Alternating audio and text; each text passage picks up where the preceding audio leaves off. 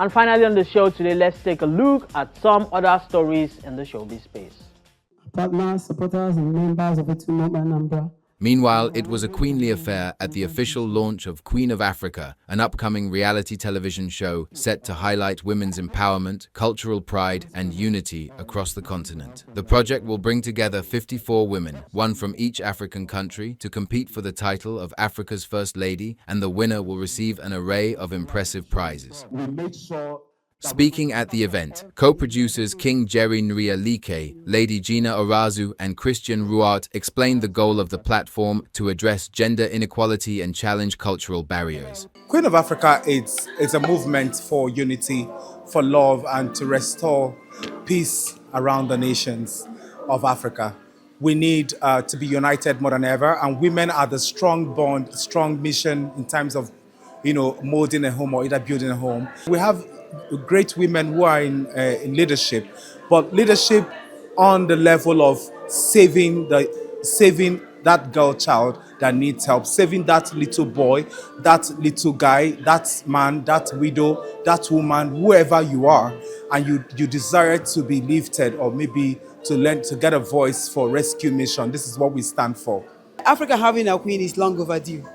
Long overdue. Because as Africans, we're supposed to come together and do something with one voice, as we do something together representing Africa. If you observe, for a very long time, Africa has not really come together to do anything together. But this is the first time of Africa coming together to do something. To the international community, I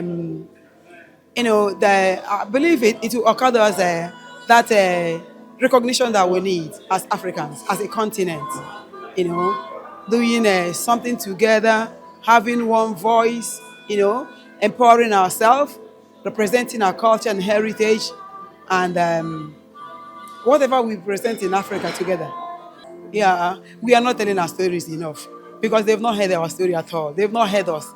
Africa, and a queen emerging through this reality show will accord us the voice that we need to have as a continent.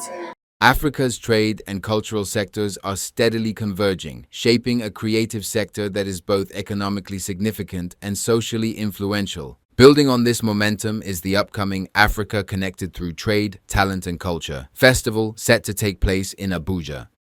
Unveiling the vision at a press conference in Lagos, Mandi Anyangwe, project lead of the festival, describes the initiative as a catalyst for strengthening intra-African trade and positioning Africa as a more unified and competitive market.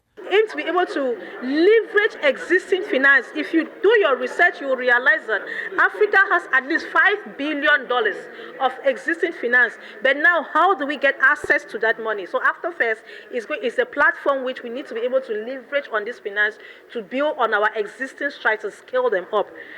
And I want you to understand that AFTAFest has come to strengthen the awareness of the AFTA Secretariat. So AFTAFest has come to buttress the AFTA because we realize that a lot of people, especially in the grassroots, they are not aware of the successes and the opportunities that the AFTA Secretariat is putting forward to us. So AFTAFest has come to be able to provide that platform where we can bring this information from the policy boards, the policymakers, right to the grassroots and empower them. Also adding their voice, Cameroonian football star Ayong Eno and honorable member of the Lagos State House of Assembly, Desmond Elliott, highlight the importance of platforms that promote African identity and cultural preservation. There's nothing hidden. It's basically going to governments, governmental agencies, governments themselves, state government, federal government, to say, this is something these people have brought on. Let's buy into it. We're not asking you to bring money. Just make sure that the environment is good for them to thrive. You can never take away, especially in Africa, the import and the strength of government's willingness to be in a project. So government's willingness may not be financial commitment. It can be creating that environment for people to come and discuss. It's too important, especially in Africa of today. You must have governmental input. And then for government to run with it, it's not for them to take it, but to say, okay, we have identified people and agencies that can run with this. Let's give them the push.